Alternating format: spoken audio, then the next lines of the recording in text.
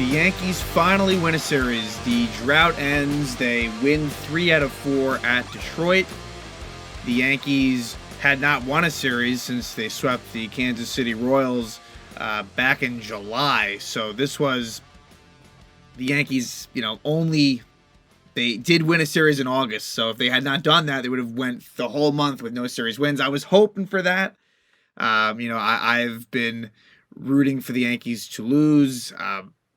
We will talk about what I am excited for, though, as I had just discussed in a video that will come out shortly about the promotion of Jason Dominguez and Austin Wells. But Yankees do go to Detroit, and they do take 3 out of 4. They win the first 3, and they lose the last game of the series. So they had a chance for the 4-game sweep. They don't get it, but they get the monkey off their back, I guess, and now they sit at 65 and 69.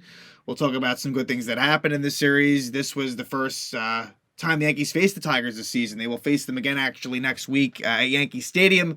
This was the middle of a road trip where they had just lost 2 of 3 to the Tampa Bay Rays, and now they will go to take on the Houston Astros in what is a very important series for the Astros in a 3-team race in the AL West. But Yankees versus Tigers, fairly uneventful.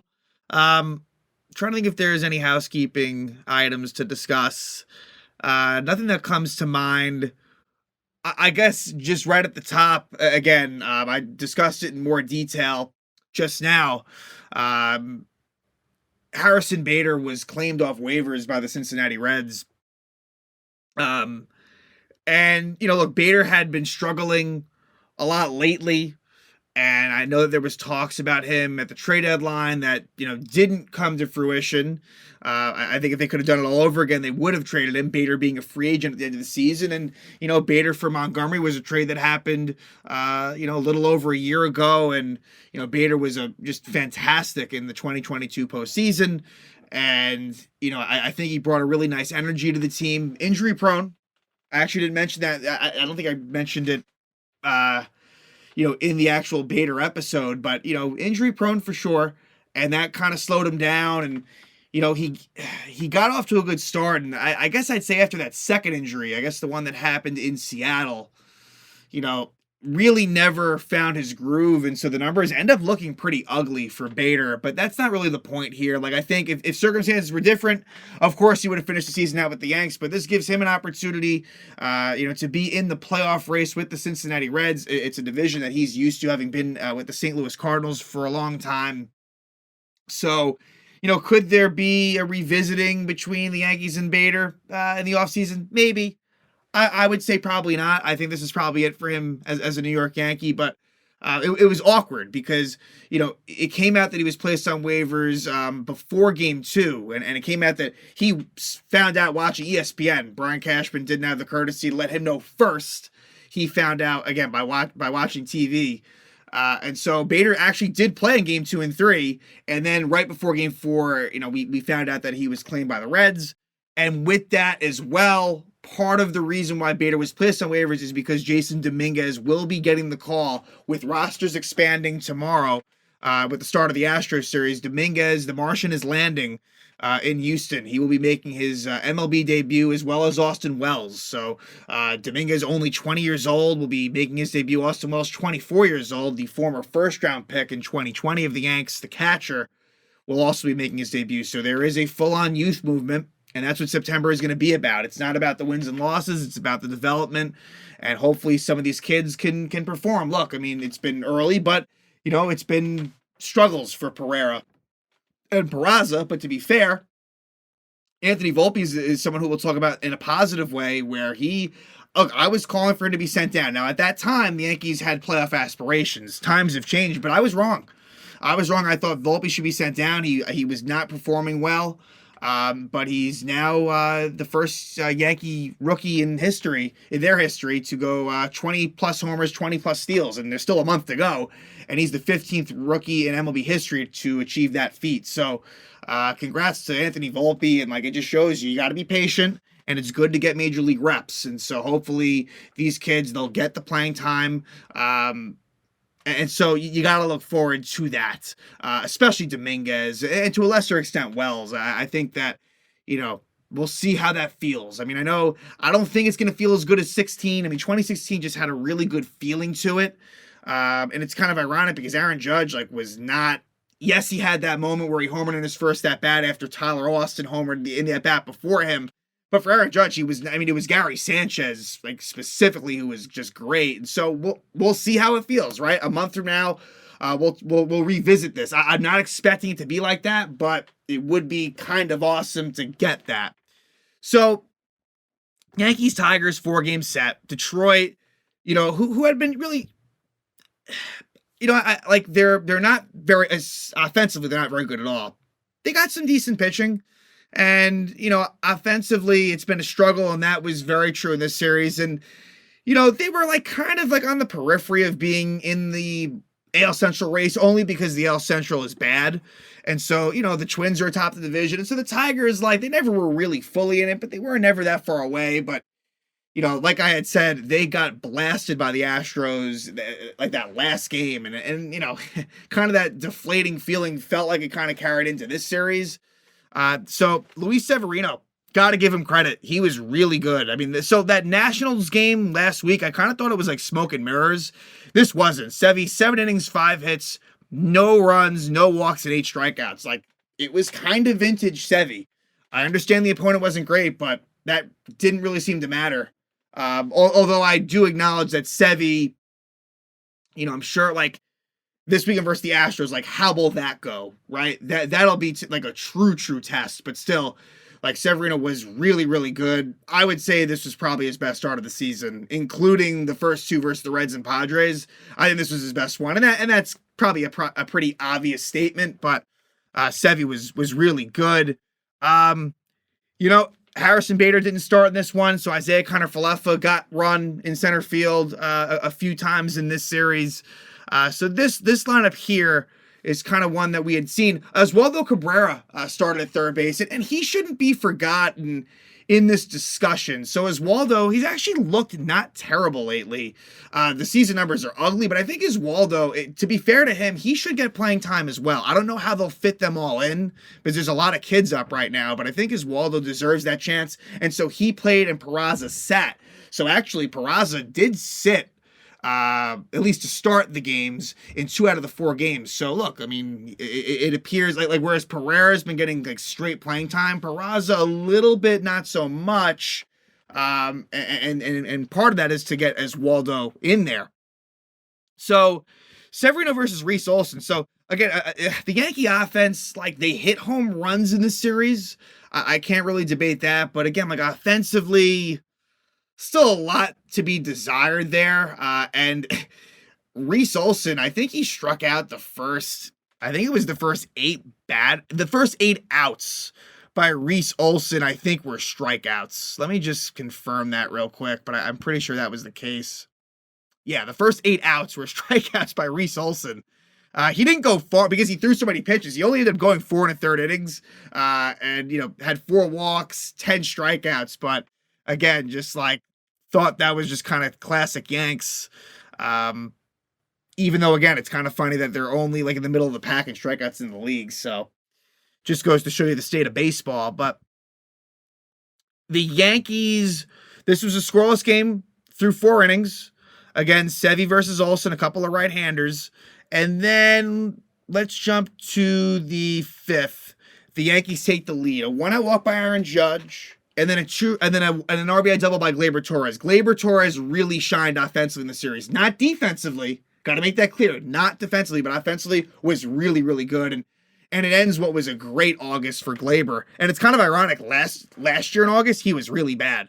And if you took that August out, the numbers would have looked a lot better for Gleyber last year. But this August, let's see. I gotta think this was his best month. Oh yeah, by far. He had a 327 batting average and an over 1 OPS, 1.008 OPS for Gleyber. So yeah, like a very impressive offensive month for Torres, and he was really a main catalyst in this series. RBI double for Gleyber gives the Yankees a 1-0 lead, and that would be all for Reese Olson.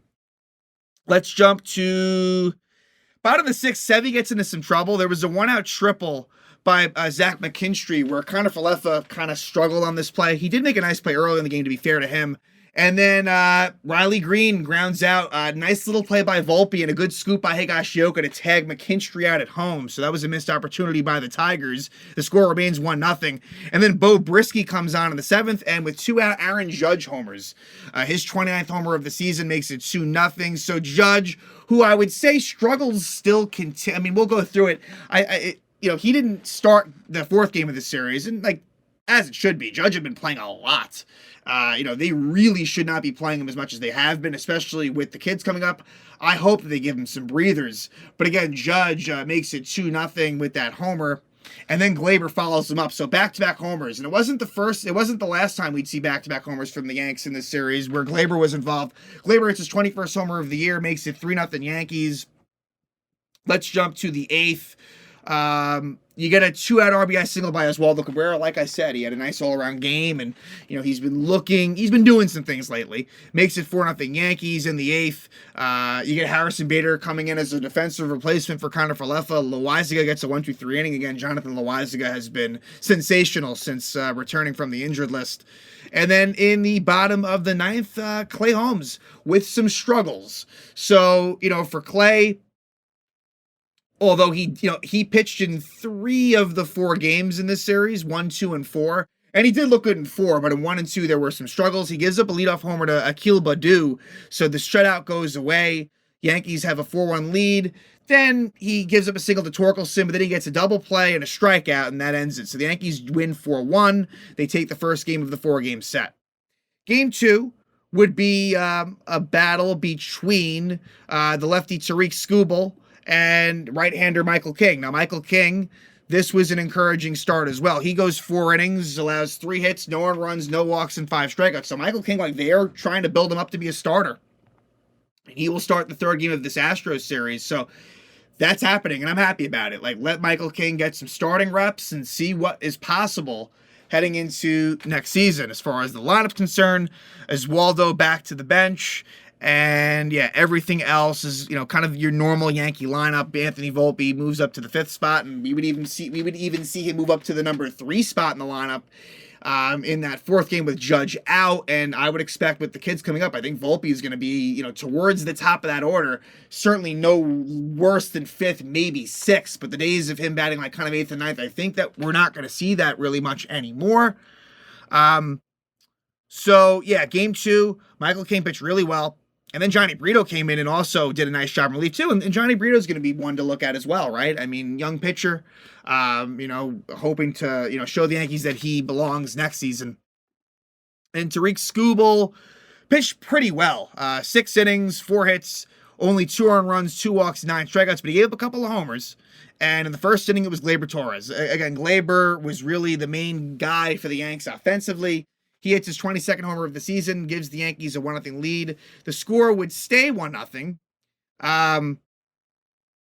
Let's see here. In the 3rd, you actually get an error by Harrison Bader, and I kind of felt bad. I think Bader, it had to have been tough mentally. He kind of took his eye off the ball on a single, and so it made a situation that would have been 1st and 2nd and 3rd with 1 out. But Michael King is able to get out of that 3rd inning jam, keeps the score 1-0. And then in the 5th, with 2 out, Higashioka homers, his 10th homer of the season. And it's funny, Higgy's been getting a lot of playing time. Well, you know what? Actually, that's not really that true. Trevino being out, Higgy's played maybe a little bit more than he had. But Higgy, I think he might lose some playing time. And I think that Higgy, in terms of moving forward, I don't know, how much longer he will be a Yankee. His situation's kind of interesting, but Higgy, has done a nice job offensively, So, yeah, hits his 10th homer of the season. Makes it 2-0 Yankees. And then in the 6th, it would be a pass ball that scores a run. So with 2 out, it had been, what was it?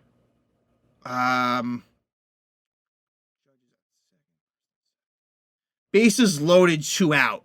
And with Bader up, pass ball by Carson Kelly, and Judge scores, makes it 3-0. Let's go to the bottom of the 8th. Johnny Brito's replaced. So Brito did a nice job. Like I said, Brito pitched the 5th, 6th, 7th, and part of the 8th, and then Wandy Peralta comes on and gets Riley Green to line out to Gleyber, and they double off Badu at first. So the score remains 2-0 going to the 9th, and then Anthony Volpe homers. His 19th homer of the season for Volpe makes it 4-0 Yankees, and then in the bottom of the 9th, Clay Holmes runs into some problems. A leadoff walk to Spencer Torkelson, and then with 2 out, a double by Zach McKinstry, then a 2-out single for Parker Meadows before he gets Javier Baez to strike out. So to me, game 1 and 2, very similar. Game 2, the Yankees win 4-2. Game 3, Garrett Cole on the mound, and right now for me, he's still the front runner for Cy Young, but like with a month to go, it's far from a lock. Far from a lock, but I think right now he's probably the odds-on favorite, and it was another solid outing for Cole. He ends up going 6 innings. He gives up 2 runs, 4 hits, 7 strikeouts, a couple of homers, but the ERA is still below 3 at 2.95. And in game 3, Rortvedt, of course, catches Garrett Cole. That's been a thing. And then other than that, like the lineup pretty much the same. This would be Harrison Bader's last game as a New York Yankee. And so, first inning. And I was wrong. I thought that it would be Matt, when I previewed this series, I thought it would be Matt Manning in game 3 and Eduardo Rodriguez in game 4. What they did was they kind of went with a bit of a bullpen game in game 3, and it didn't really serve the Tigers well, as they had the opener, the right-hander, Brendan White was the opener, and then the bulk guy was the lefty, Joey Wentz. This did not really work out for the Tigers, and Matt Manning did pitch game 4, so the Yankees did not see Eduardo Rodriguez. But the first inning, it's a 2-out rally for the Yankees. You get a walk by Gleyber, he steals second, then Giancarlo Stanton with an RBI single gives the Yankees a 1-0 lead. Then a hit by pitch to Anthony Volpe, a single by Harrison Bader, and with the bases loaded, Everson Pereira is hit by a pitch. So, pretty ugly inning from Brendan White after it looked like it was going to be an easy one. And so Joey Wentz, the lefty, comes on to finish out the inning. He gets Oswald Peraza to pop out. So the Yankees have a 2-0 lead. In the second, DJ LeMahieu did cool off in the series after I had said he really was heating up, but here he does hit a homer. One of his 2 hits I think he had in the series. Maybe he had 3, but I think it was just 2. LeMahieu, his 13th homer of the season, gives the Yankees a 3-0 lead. And then in the third, the Yankees take a 4-0 lead. Volpe doubles and steals third.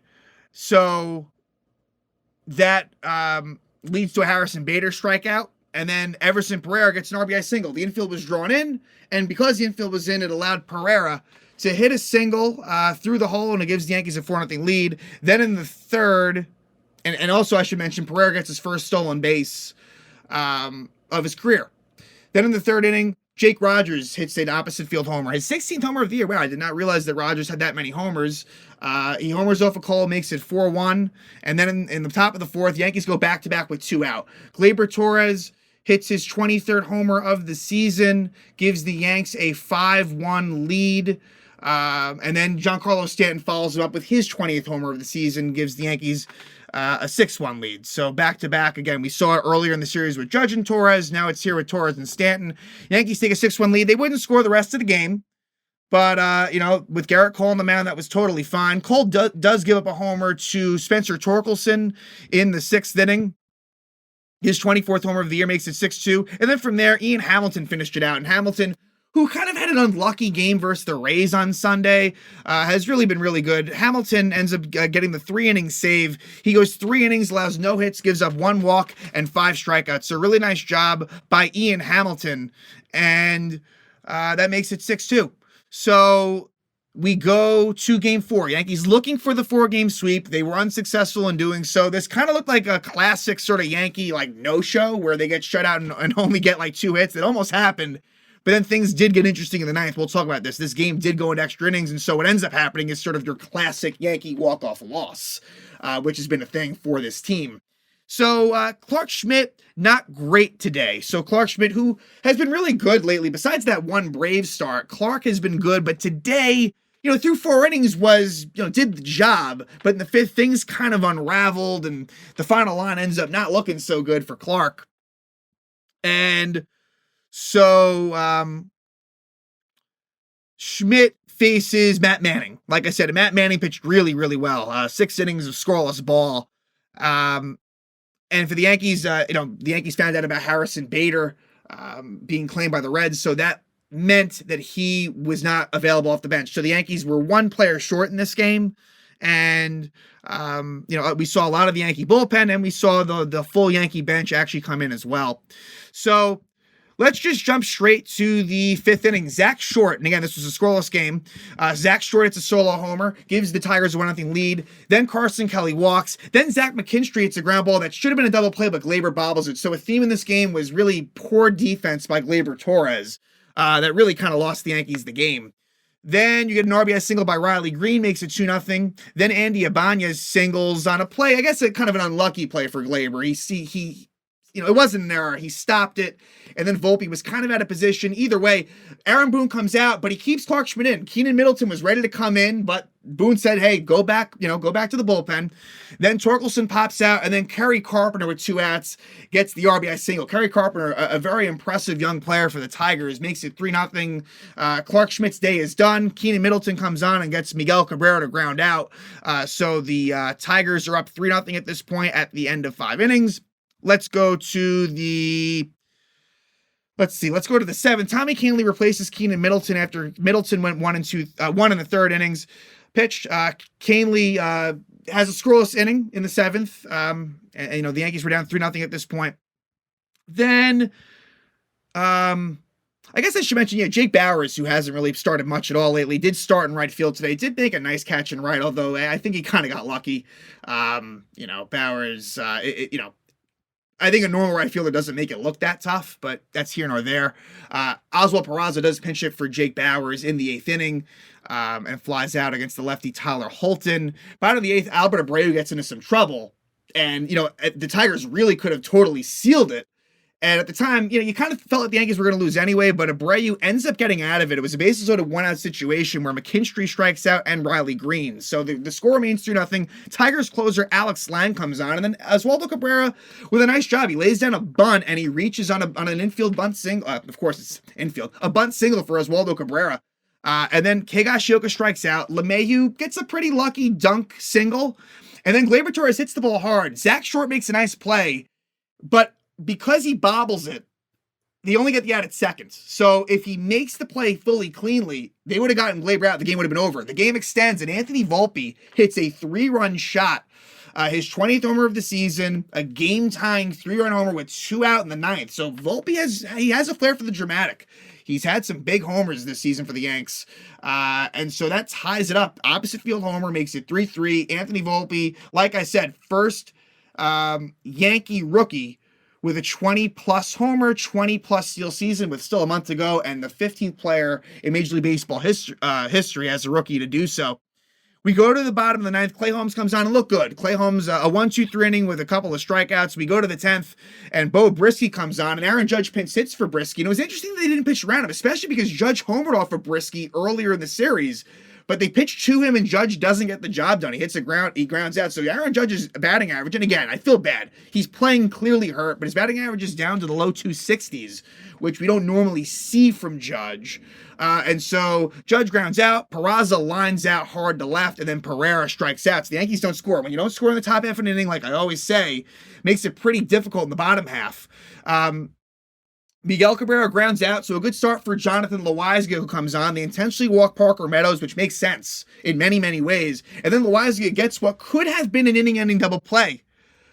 Loaisiga throws it to Gleyber, but Gleyber just kind of, the exchange is not great from glove to hand, and he just airmails it, and it allows the runner Carpenter to score from second. So what could have maybe been a double play, it ends up being game over. And the Yankees challenged it to see whether Parker Meadows, the slide was, not clean. It was a normal slide. To me, it was normal. And Gleyber's got to kind of get out of the way there. And Gleyber just kind of loses it, and sort of an ugly defensive day for Gleyber. And that's kind of what you get. With Gleyber, you get situations like this. He's been, again, offensively, I think his OPS at this point, it did reach above 800 at one point. It's at 798 now. But, just that's a good sign. And his batting average is 270. But again, defensively, there are issues there. So the Yankees do win the series. They do lose the final game. They take 3 of 4. They end their series winless drought, and now they'll head to face the Astros for a 3-game set. The first time they'll be facing Houston since at Houston since the playoffs last season. The pitching matchups will be as follows: Carlos Rodon against Justin Verlander, which will be, Verlander always does well versus the Yankees. Like, just the final line always seems to end up being good, at least in his Astro days. And actually the Mets as well this season too. So, and Rodon will look to, he's been better lately, but I'm still skeptical. And we know he struggled versus the Astros, I guess, what was it, a few weeks ago, earlier in the month. So this will be a good test for him. Game 2, it'll be actually a rematch of one of the matchups that we saw at Yankee Stadium. The Game 2 matchup at Yankee Stadium. Game 2 here, Luis Severino versus Hunter Brown. So that game went to the Astros after Sevy struggled early, and it allowed Brown to settle in. Hunter Brown is a young, pitcher for the Astros, and his numbers aren't great, but I think that, we'll see. He's hittable, but then Game 3, Michael King, a good test as well. I keep on saying that, but this will be, because then the Astros, they have a lot to play for with that AL West up for grabs, and that'll be Sunday Night Baseball. Michael King versus Christian Javier, who's had a really, really bad season. Don't let the record fool you. He's 9-2, but he's really struggled, and the Yankees actually did kind of get to him, and this is someone that Christian Javier has last year had the Yankees numbers so much. So what gives? Will it be Javier versus the Yankees, or will it be Javier of 2023? Last start, it was more Javier of 2023, and we will get to see the debut of Jason Dominguez and Austin Wells. So kind of a new era beginning for the Yankees, but, you're hoping that the end of 2023 can be like the end of 2016. I don't know if it'll go that way, honestly. I don't, foresee it like that, but still, specifically Dominguez, did not think it would happen this soon, but here he will be. The Martian is here, and the 20-year-old will make his Yankee debut. But again, the road trip will end in Houston. But before that, they took 3 of 4 against the Detroit Tigers, their first series win since July when they swept the Kansas City Royals.